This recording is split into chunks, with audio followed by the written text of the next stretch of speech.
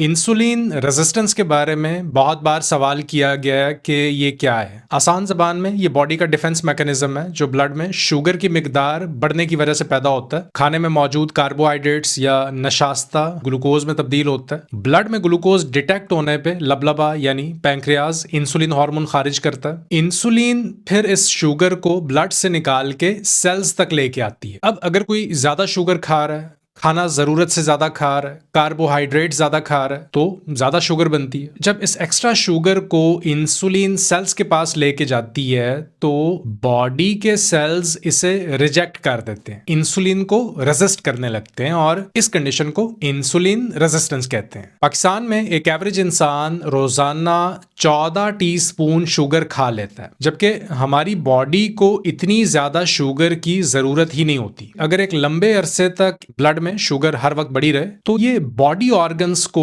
Damage करने लगती है। ऑप्टिक नर्व डैमेज होने से आंखें खराब हो सकती हैं, नजर जा सकती है, heart diseases, stroke, diabetes, memory loss, Alzheimer's. सच्चाई ये है कि बॉडी शुगर के पीछे पहले इसलिए जाती है क्योंकि शुगर ज्यादा डैमेजिंग होती है बॉडी के लिए। इसका मतलब ये नहीं है कि बॉडी को शुगर पसंद है, इसका मतलब ये है कि ये डेंजरस है। तो इंसुलिन रेजिस्टेंस बॉडी का डिफेंस मैकेनिज्म है एक्स्ट्रा शुगर के खिलाफ।